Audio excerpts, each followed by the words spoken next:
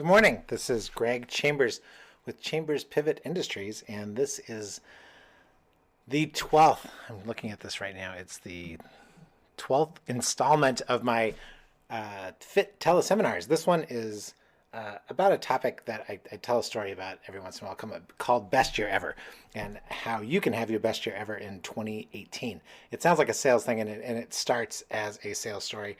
Years ago, I was a terrible salesperson, and I had been moved into a new job where I got to start over.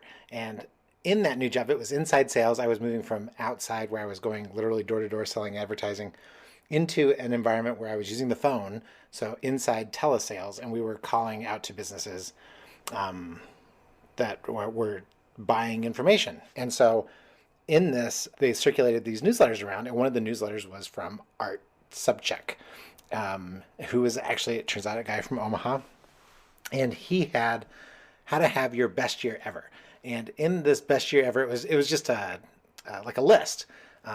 Ask yourself these questions and fill them out. And so literally, it was before the end of the year, because I think I had started with this new job at the end of July. So we're talking about, November, December when he sends this email. I think he still sends it to date. So he was doing this in the 90s, because this would have been a 95, 96. And so 95, 96. I wonder if is there anybody listening who wasn't born yet? I hope not. Let's see, 96, that's a senior in college. That's my middle child. So I filled out this list, and in this list, it was a lot of questions about like the end of the year. And so as things go, he asks a lot of questions in a particular way, like how many customers exactly, how much revenue exactly, average sales size exactly, and like what is it now, what will it be, and how will this add up to be your best year ever? And so it's a long exercise, and I'd love to say that what I did was I took that and then referenced it every day and worked hard to make it come true.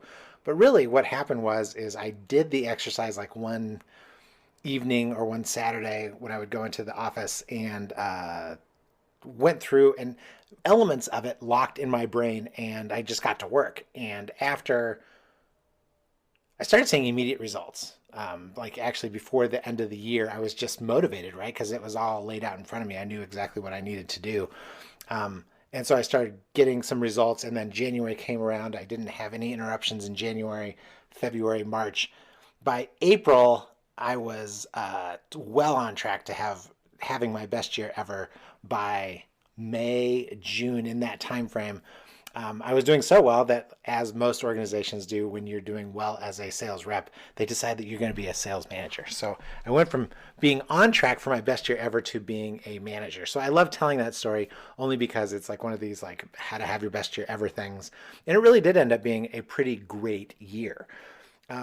Over the years, I've told that story. I've tried to help reps that I've coached, and I've tried to help organizations that I've worked with to implement actually the same set of questions. I'll go through and roll through the same questions. And one thing that's been curious to me is, why is it that when I do the exercise, why don't I have the same success that I had in that 95, 96 timeframe? It's been sporadic. Every once in a while, I'll put together my best year ever, but for the most part, it doesn't always work out as planned, right? That's the one instance where I can really point to it and say, man, I was killing it. And that was, God, now we're talking 15, 20, 30 years ago, 20 some years ago. And so what is that all about? And over time, I've figured out why. And that's what we're going to cover in this, is not only how to do arts, have your best year ever, but I'm going to talk about why it is that this exercise will work for you, and why it is sometimes that it won't. So this is my promise, is that we're going to, and this came from the sheet when I go through it. I'm going to click into here about how to make 2018 your best year ever using F.I.T. And you can expect these outcomes. And I will go through these, and I'll make sure that we cover them all. So we're going to apply F.I.T., especially the first part of F.I.T. And if you're not familiar with F.I.T., that's my quick shorthand for how to get everybody moving in the same direction, how to get an entire sales team selling, how to grow a business in the easiest way possible. And it starts with focus. So we'll talk about that. We'll cover an easy way to formulate this focus, this vision. We'll cover that. We'll jump into resources and how to apply it to resources. We'll address what I consider the big regret question. Actually, it's not even my question. I saw that somebody had actually done a survey just recently, and their results are the same as most people's results. We'll talk about that, and then we'll give you a next step now. So these take anywhere from, usually it takes me at the most a half hour probably to get through this, but I want to just talk about what it is that the best year ever represents, right? Because this is really a high level. When I talk in terms of communication, I will break down high level abstractions from ground level observations, right? So high level abstractions we can all agree to, and then as we get into the specifics, things start to break down, right? The devil is in the details. And so why is that? Well, it's just because that's how we communicate, right? The richness of our experience doesn't show up until we get into the details, but the high level we can agree to just about anything. So at the high level, having your best year ever for most of us starts with the thing we can measure the most, which is how can I like make the most money. It might be something like how can I enjoy the doing that while working, putting in the least amount of effort, right? How do I maximize my free time, right? Because if time and money aren't resources necessarily, but they are priorities, things to be prioritized, then how is it that I'm going to prioritize that so that it becomes at the end of the year I can look back and I can say this is the best year ever. And what I'll cover is that it goes back to this black box of ambiguity, and I put this on the Teleseminar page, the landing page. So if you're there for the your best year ever using F.I.T, you can see the black box of ambiguity. And when I talk to companies about change, one thing is people, oh, change is hard. People don't like change. Actually, what we say is no, that's not true. We need to redefine that parameter. The parameter is people like outcomes, right? So they can agree on what it is that we're supposed to be doing in the future. What they don't like is the black box of ambiguity. So we know where we are today. We know where we want to get to. It's that somewhere in between, that journey, which is ambiguous, right? We don't know exactly how we're going to get there. We know things are going to change. Every time we take a step into the future, it becomes the past and the future changes. So we're going to talk about dealing with that, how to make a clear vision so that you can necessitate the most change, right? So how can you build the clearest vision that will help you lead to your best year ever?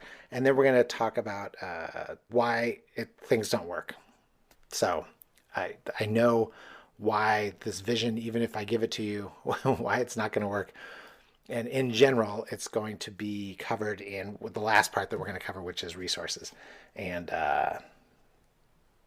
we'll jump into that. But first, let's talk about the black box of ambiguity. The big idea is we don't fear the destination, we fear the journey.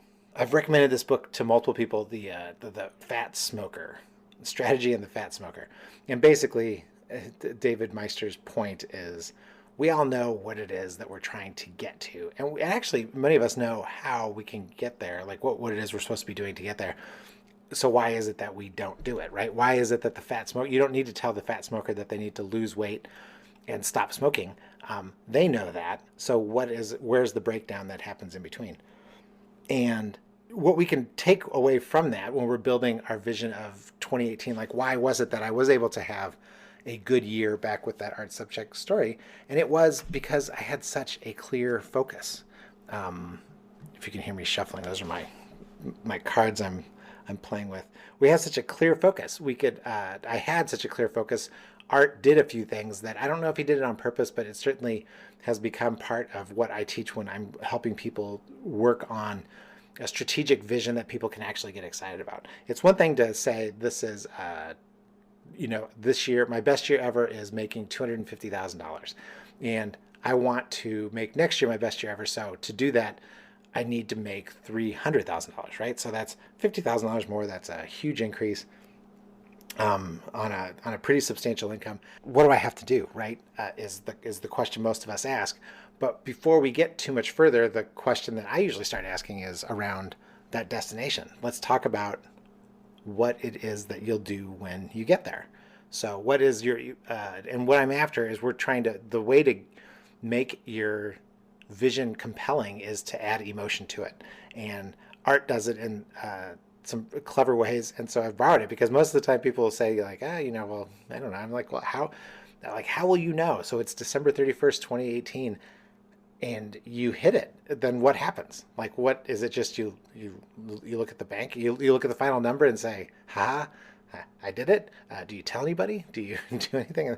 And eventually, something will come out like, I guess what I'll do is uh, I'll grab the family and we'll go out for a nice dinner, something like that. We'll celebrate kind of mellow. It's not like it's a life changing experience. So, Greg, that's what I'll do is I will celebrate by taking somebody out to dinner the family out to dinner. And so the next questions I'm going to ask are the only way to describe them are emotionally, right? So I say, well, what is that going to look like?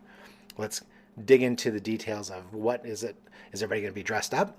Is everybody going to be are you just going to grab them on the 31st and say, hey, before everybody disappears for New Year's Eve, we're going to take you out? Are you going to do it on the 5th of January? Set a date in the future, and everybody's going to be dressed up, new suits for the boys, new dresses for the girls, and then you're going to go to a steak place. Like, give me a description of what it looks like, and then they will describe what it is that it looks like.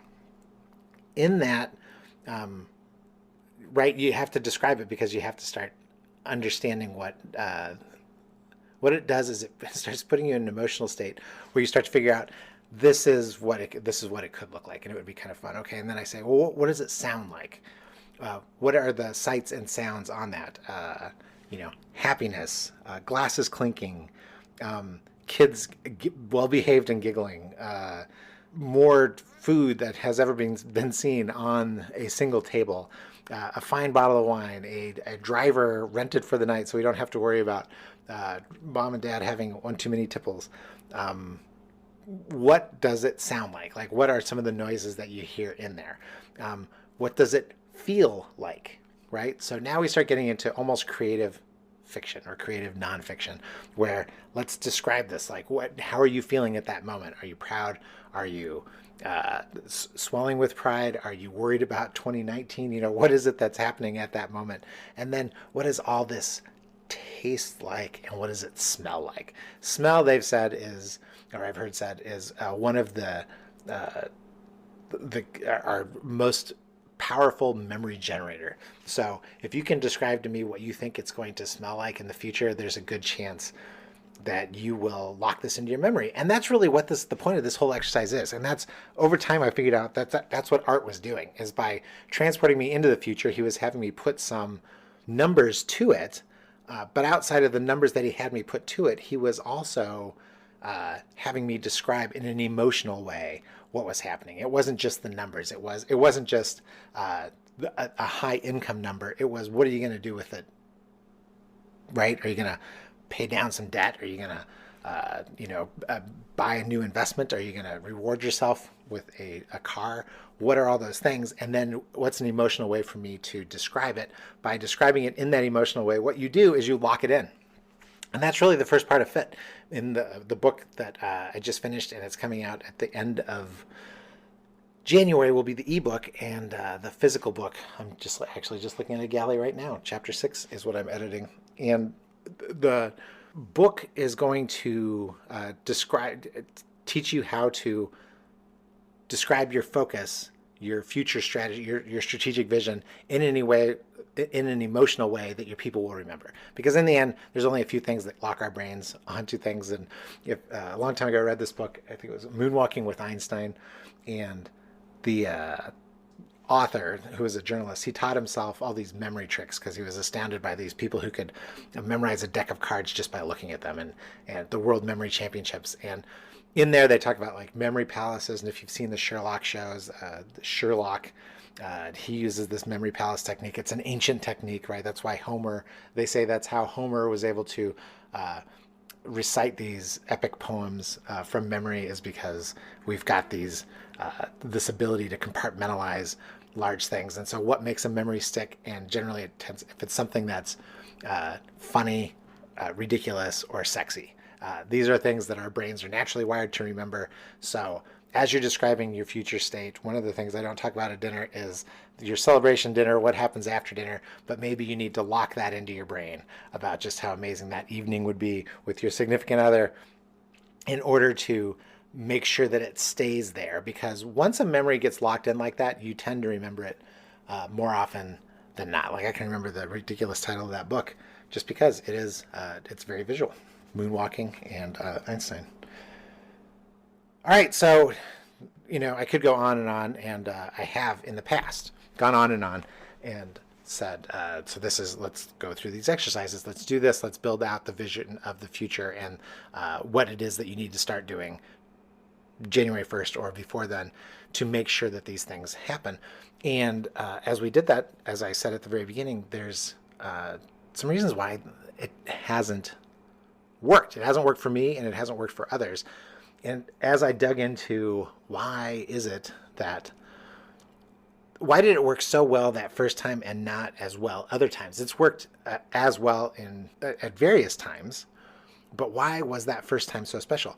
And one of the things that I came up with, that came to me as I thought about this, was momentum, right? And you've heard me talk about momentum. You've heard everybody talk about momentum, but what is it that provides for momentum? And what it is the secret is resources. So without sufficient resources, you can't build momentum. Without momentum, you can't overcome the obstacles that are going to keep you from your best year ever. And with any obstacle that jumps in your way when you have limited momentum and limited resources knocks you off track. And that's how you wake up December 30th and think, I didn't come anywhere close to where I thought I was going to be as this year went out. So let's talk about these resources, because these are very specific. I've got 7 in mind that I'm talking about.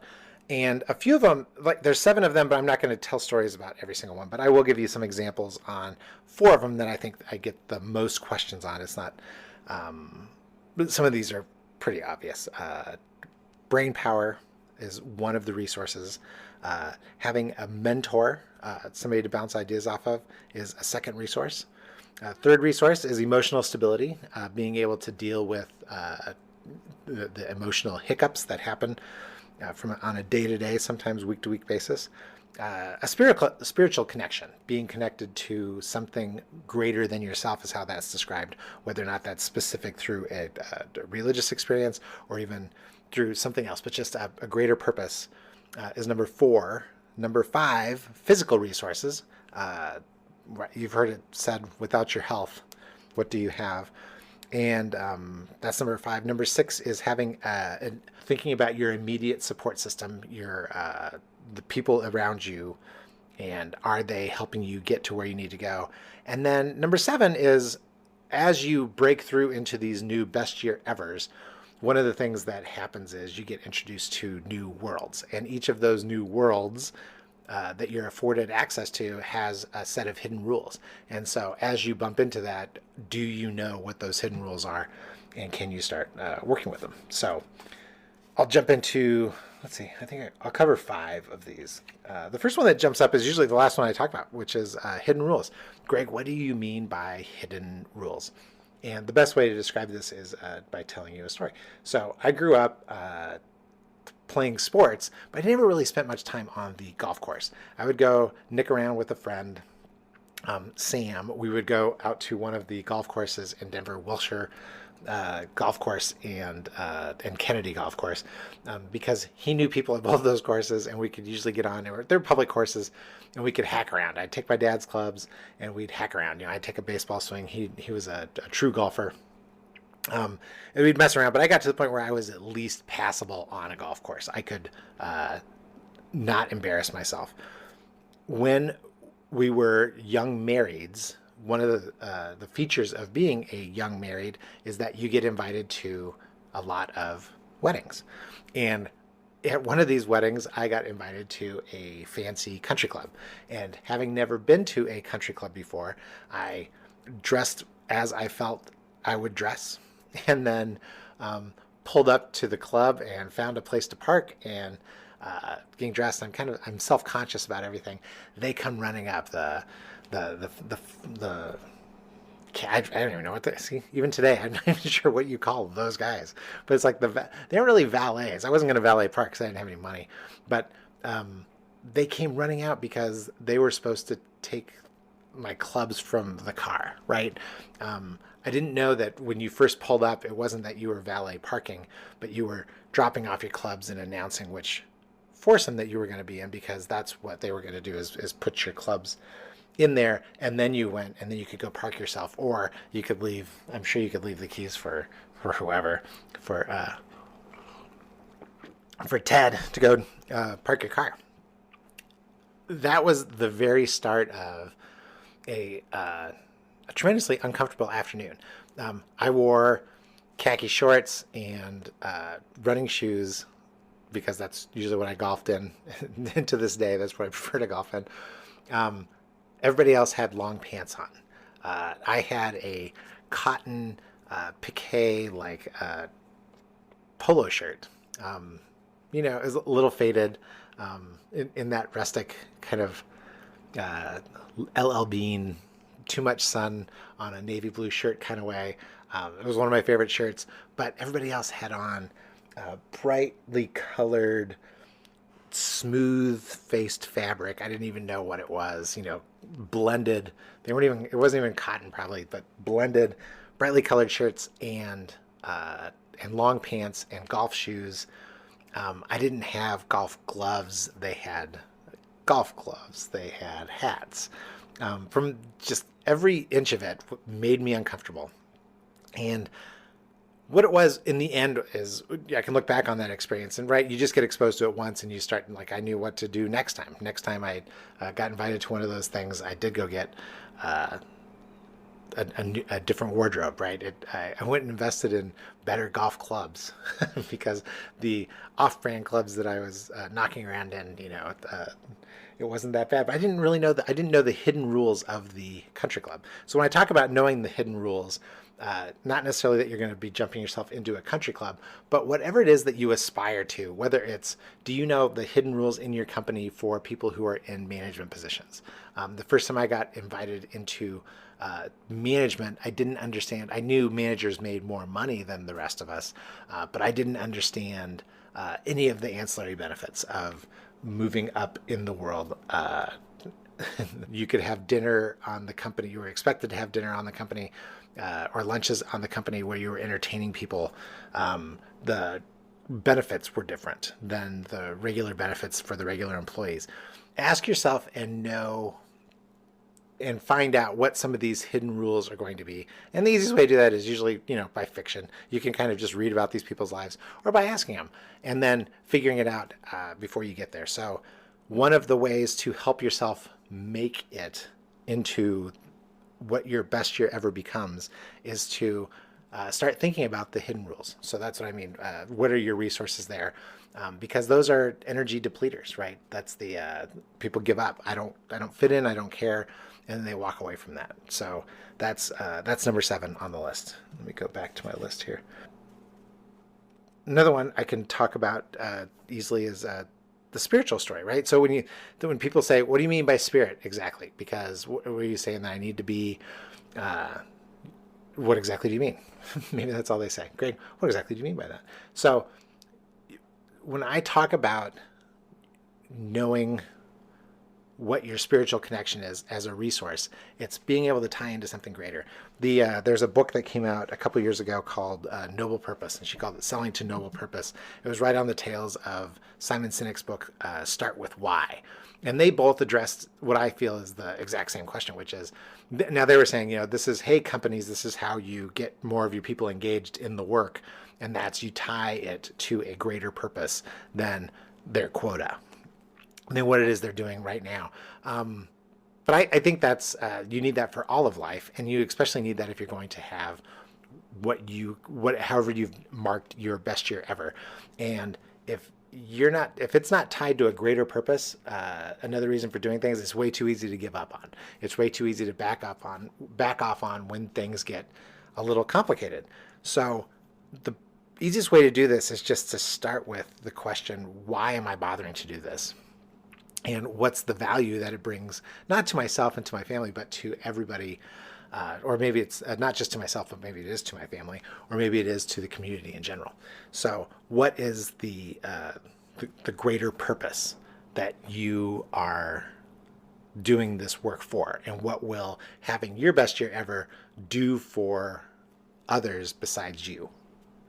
It's been noted that when we receive $10 versus giving $10 away, the neurons in our brain, the scientists have shown this, the neurons in our brain are firing at a much higher level, and we get much more psychographic rewards from giving away things than we do in receiving them. So that ties into how strong is this. If you're lacking in any spiritual connection to your work, that's a resource. If that's depleted, that is another momentum killer. And any of these that I talk about, any of these 7, can be overcome, right? I'm not saying that you need to have 100% fill levels on all 7, but I am saying that you need to consider, as you're building your best year ever, you need to ask yourself, do I have enough resources in place to make this happen? Am I connected to anything better? If I'm not connected to anything better, even if I put the giant income out there and decide that I want to hit it, and I've learned this, if I don't believe in the work, and if I don't believe in the product and the service, it just makes it that much harder to get things done. And it is easy to walk away from what should be a tremendous reward. So that's what I mean when I talk about a spiritual connection. Now, when I talk about physical resources, that's simply, in many ways, just being healthy. A long time ago, I got talked into running a marathon. And if you know me, I'm not I like to say, I don't have a runner's body, which all that really means is that I'm just kind of overweight and lazy. So, right, because in my growing up playing sports, running was a punishment. Right? I saw this on a T-shirt one day. My sport is your sport's punishment, and really that's what running always was. So to run a marathon, the biggest thing, right, when I started researching to join these guys, because I wanted to run this with a group of friends, what we needed to do was build a base, right? It was just a matter of time. If the marathon was in October and they were letting me know because they had just finished it's a Chicago marathon is what we ran, and they had just finished it in October, so they were letting me know November, December. So it was like, I think it was about this time of year, like a Christmas party. I was like, I'll do it. I'm doing it. I'm in. What happened over the next 10, 11 months was simply building a base, right? I needed to, in order for that to even be set up to achieve that goal of running a marathon, I needed to have my physical base set. And so during the course of that time, I lost one of the friends I was training with to an ankle injury. I lost another one to a knee injury. They've since healed and moved on, but your physical health is not guaranteed at all. And so you need to be both fit and focused in order to achieve your goal. So again, it's not going to be the only thing that keeps you from hitting your goal, but for those of you that like to get good starts on the year, if you can start that first 90 days without any interruption toward your goal, you'll be much further along than if you have to do it in fits and starts, especially if you get sick along the way. So, Greg, did you just give them a good excuse? I did. I gave a really good excuse for why 2018 was not your best year ever. But it's just another resource that you need to think about. Let's see. What is the other 2 big questions? Mentor. What's like a mentor? Are you saying I need to hire a coach? A mentor is not a coach. So when I talk about having resources, this can be somebody who you consider a mentor, but let me discern between somebody you consider a mentor and somebody who I think is a coach. A coach has a goal. So a coach is moving you from point A to point B. So you may hire somebody to coach you, or you may have a sales manager or a marketing manager, or some form of an investor that is coaching you to get to whatever goal it is that you set to make 2018 your best year ever. But a mentor is much more reactive. A mentor is there when you need them, and you may never need them. So do you have mentor resources for when you bump into challenges? And so let me get an example, because these things cross over. When I was growing up, I was lucky enough to be coached in basketball starting in fourth grade by one of my friend's dads. His name was Ken Ridgely. And Ken was a wonderful basketball coach. And in many ways, what he helped me do, because I was taller than most kids my age, is he helped me prepare in grade school for high school. So if I was going to catch the to play basketball in high school, I needed the base that he was going to provide for me. And he knew that from day one. So in many ways, what he did is he coached me to be ready for high school basketball, which is a different level than grade school basketball. Now, once I got out of high school, college, and started on sales, I told you I wasn't very good at sales. Ken was one of the people who helped me through that. I would go ask him questions when I got stuck. I probably should have asked him more questions. But in that way, he was mentoring me in sales, right? So he was a mentor resource, and I had quite a few of those. So he was both a coach and a mentor. Ken Ridgely, God rest his soul, helped me learn the game of basketball, learn how to enjoy it and play it correctly, and taught me specifically how to get to an endpoint. But then I never asked him any questions about how to play basketball, like especially in high school. But when it came to sales, which was his career, he was a sales manager for U.S. West, the Yellow Pages, at the time when they had a pretty substantial sales force.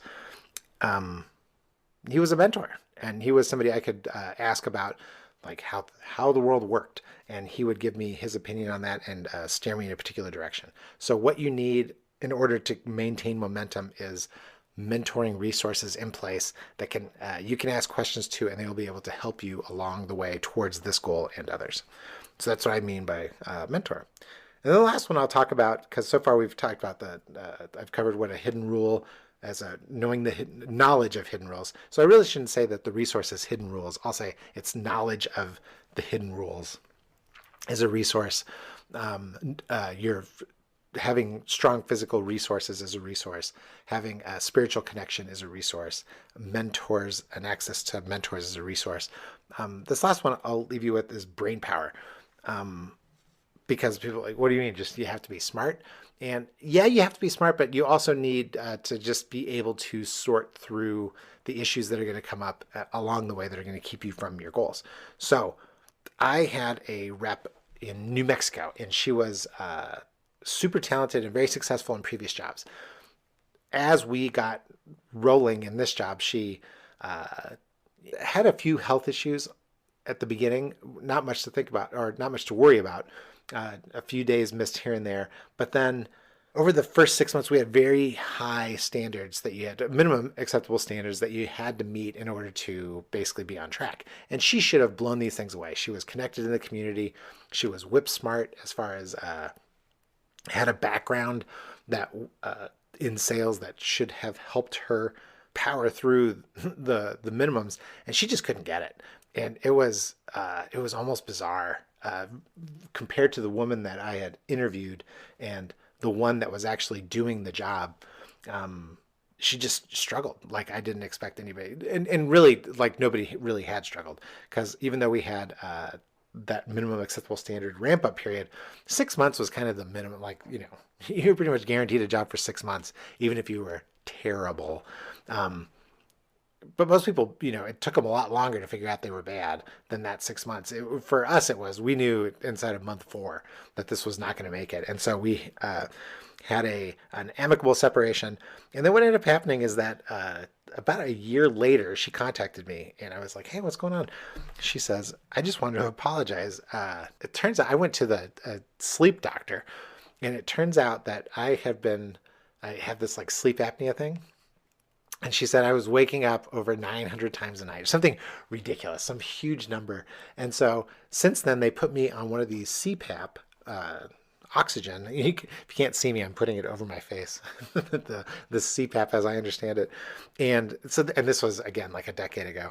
But she was like, it turns out I wasn't really getting any oxygen to my brain. So I was so tired during that time period that we were working together. And she's like, I can't tell you what a difference it's made to get on this oxygen.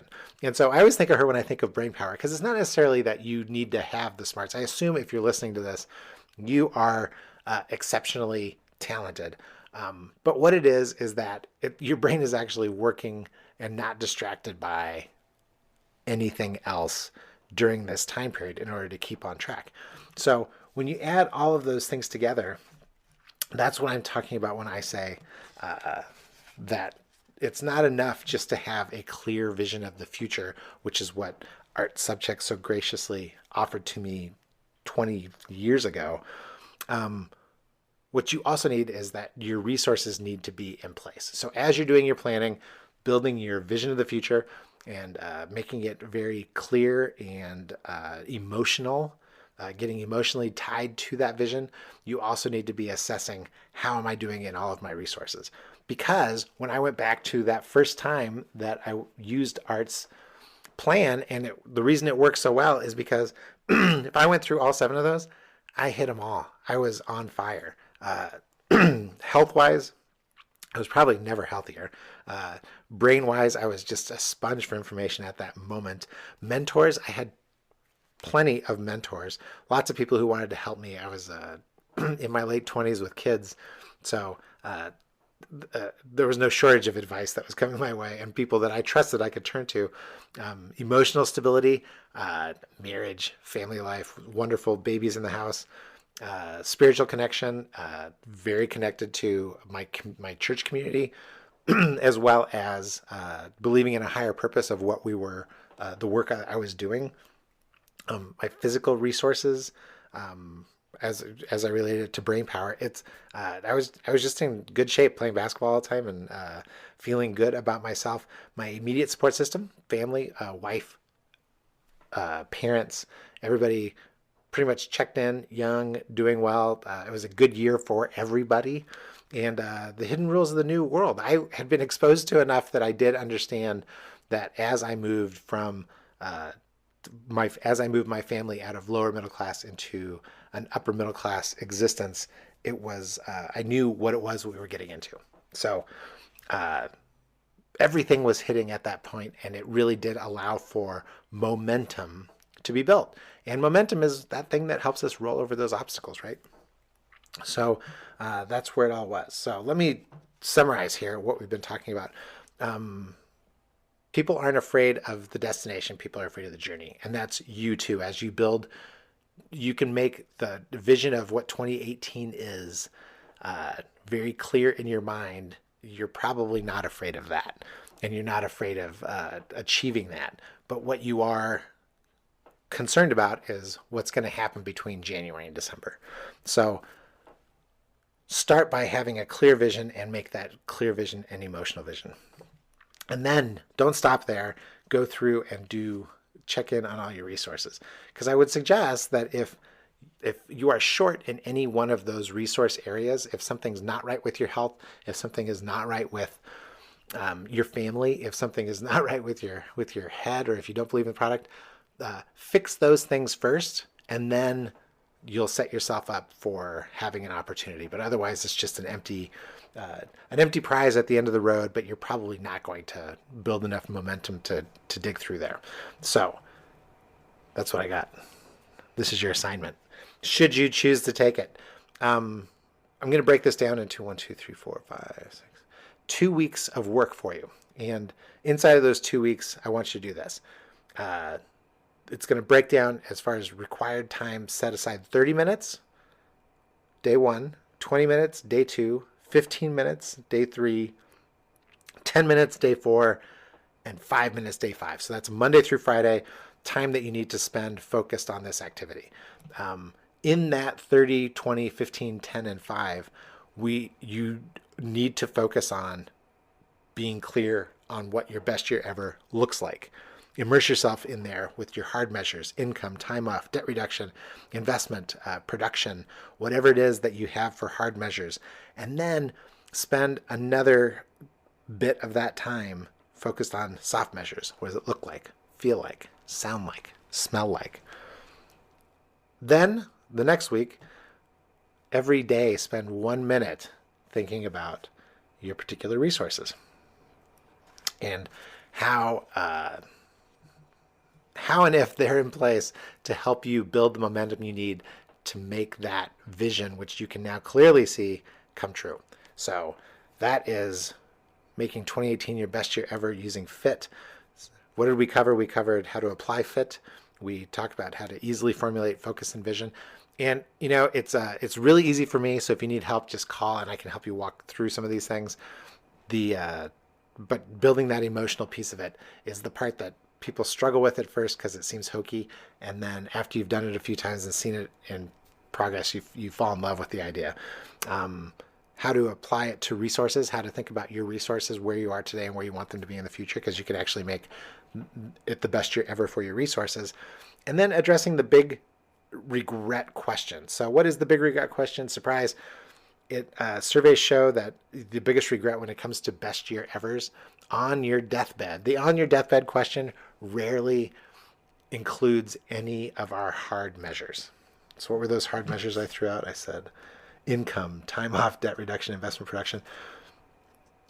Our best ever stuff is always experiences, and it's always people, friends, and family. So addressing your big regret, even if you don't hit the other goals, if you can put some of your resources in place, having those resources in place often leads to the best year ever, because it really is the best year ever for the most important things. So take that next step and just schedule it. Just pull out your calendar. So today's Thursday. You can pull it out Friday and set it up for next week. When are you going to set aside 30 uninterrupted minutes, followed by 20, by 10, by 15? 20 by 15 by 10 by 5, and then the next week of just 1 minute uninterrupted where you're going to consider that vision of 2018. That's how you do it. All right, that's my 12th one of these. Hopefully they're helpful to you, and I need to